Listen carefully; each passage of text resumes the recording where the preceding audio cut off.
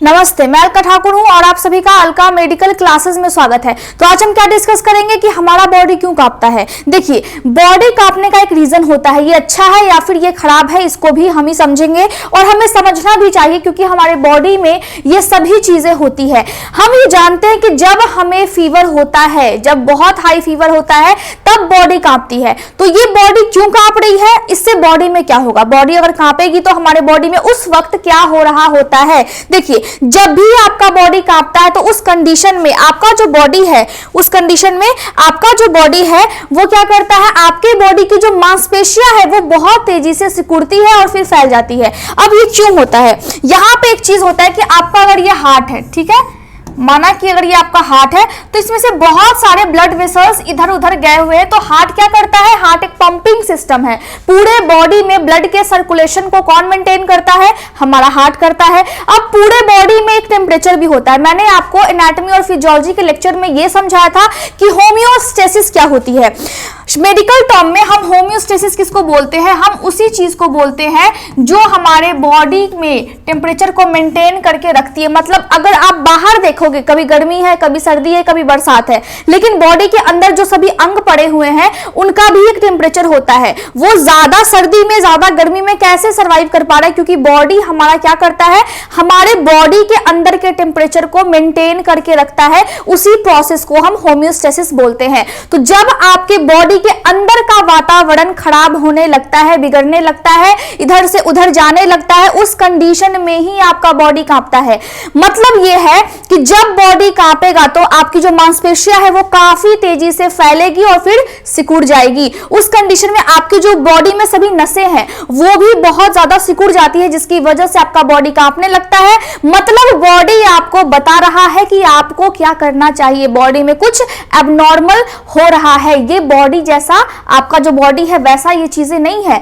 Normal जो temperature है अंदर का, बॉडी के अंदर का, वो फिर डिस्टर्ब हो रहा है, तो उसी को हम बोलते हैं कांपना। कभी कभी बहुत ज्यादा हाई फीवर की वजह से आपको सर्दी हो गया, जुकाम हो गया, या फिर अगर आप कहीं ठंडे मौसम में गए हैं, बाहर का टेम्परेचर काफी ज्यादा ठंडा है, अब बॉडी क्या करेगा, उस ठंडे वातावरण में खुद को गर्म रखने के लिए आपका जो अंदर का टेम्परेचर है वो फिर बढ़ा देता है, तब बॉडी कांपने लगती है। अगर ऐसा कंडीशन है तब नॉर्मली अब क्या होता है कि जब आपके बॉडी में ग्लूकोज का लेवल, जब आपके बॉडी में ग्लूकोज का लेवल काफी कम हो जाता है या फिर कम होने लगता है, उस कंडीशन में भी आपका बॉडी कांपता है। इसीलिए बोला गया है कि ग्लूकोज का लेवल जब ज्यादा होता है तो हम क्या बोलते हैं, जब भी ग्लूकोज का लेवल ज्यादा होता है तो हम बोलते हैं हाइपरग्लाइसीमिया, हाइपरग्लाइसीमिया। और जब ग्लूकोज का लेवल बहुत कम हो जाता है उसको हम क्या बोलते हैं, हाइपोग्लाइसीमिया। तो ये मेडिकल टर्म है और इसको याद करना है, ठीक है।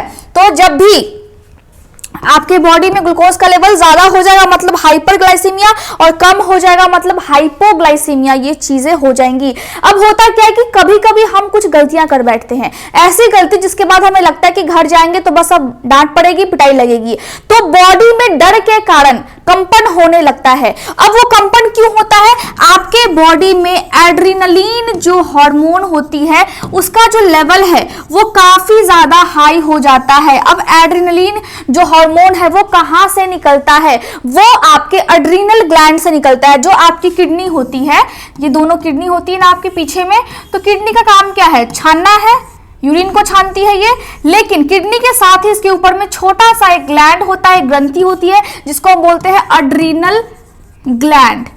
अब जब आपको डर लगता है उस कंडीशन में क्या होता है, ये एक हार्मोन बनाती है, एक पानी की तरह एक लिक्विड टाइप का बॉडी में बनता है जिसको हम बोलते हैं हार्मोन्स, और हार्मोन्स के कारण ही हम बड़े होते हैं। हार्मोन्स इम्बैलेंस हो जाएगा तो बॉडी में बहुत सारी गड़बड़ी भी आती है। मतलब जैसे कि थायराइड हार्मोन जो है, जब आपका वो इम्बैलेंस होता है तो आपको थायराइड की प्रॉब्लम हो जाती है। तो यहाँ पे एड्रीनल ग्लैंड ने क्या बनाया, एड्रेनलिन बनाया, जिसकी वजह से आपके बॉडी में काफी ज्यादा कंपन होने लगता है डर की वजह से। तो बॉडी में जब कंपन होता है तो ये सिचुएशन पे पे भी डिपेंड करता है, लेकिन नॉर्मली हम क्या समझते हैं कि अगर आपको कोई रोग है, अगर आपको इन्फेक्शन है निमोनिया का, तो आपकी बॉडी में भी कंपन होगा, क्योंकि आपका जो बॉडी का इंटरनल एनवायरनमेंट है, अंदर का जो वातावरण है वो फिर डिस्टर्ब हो जाता है और बॉडी अपना टेम्परेचर बढ़ा देती है ताकि वो आपके अन्य अंगों का प्रोटेक्शन कर सके और सभी अंगों को बचा सके।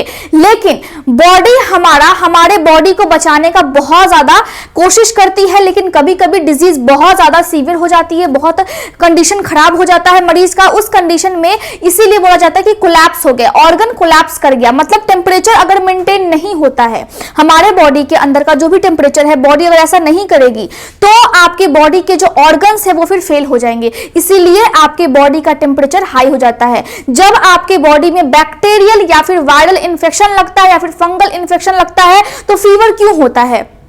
क्योंकि आपका बॉडी उस वायरस से, उस बैक्टीरिया से, उस फंगस से फाइट करता है और फाइट करने के क्रम में आपके बॉडी के अन्य अंगों की वो रक्षा कर सके, इसीलिए अपना टेम्परेचर बॉडी का हाई कर देता है और आपको फिर फीवर होता है। आपको ये इंडिकेशन मिलता है कि आपके बॉडी के अंदर गड़बड़ी हो रही है। जब आपको इन्फेक्शन कहीं भी लगता है बॉडी में, अंदर में या फिर आपके प्राइवेट पार्ट्स में, कहीं भी इन्फेक्शन जब आपको लगता है, उस कंडीशन में सबसे पहला इंडिकेशन हम क्या मानते हैं कि मरीज को फीवर हो जाएगा।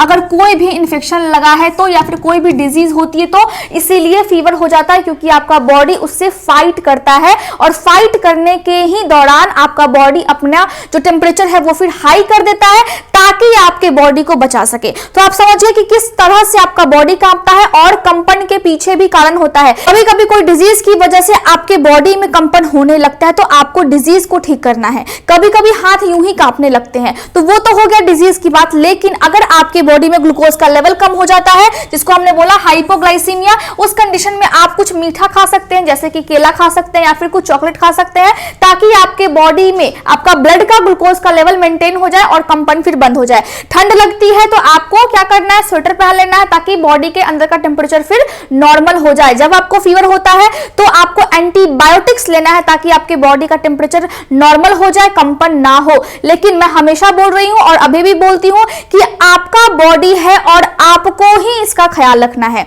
मैं समझती हूं कि अभी आपको समझ में आ गया होगा कि चीजें किस तरह से होती है। डिजीज का कंडीशन अलग होता है और नॉर्मल सिचुएशन मरीज की अलग होती है। दोनों को हम अलग अलग तरीके से जांच करते हैं।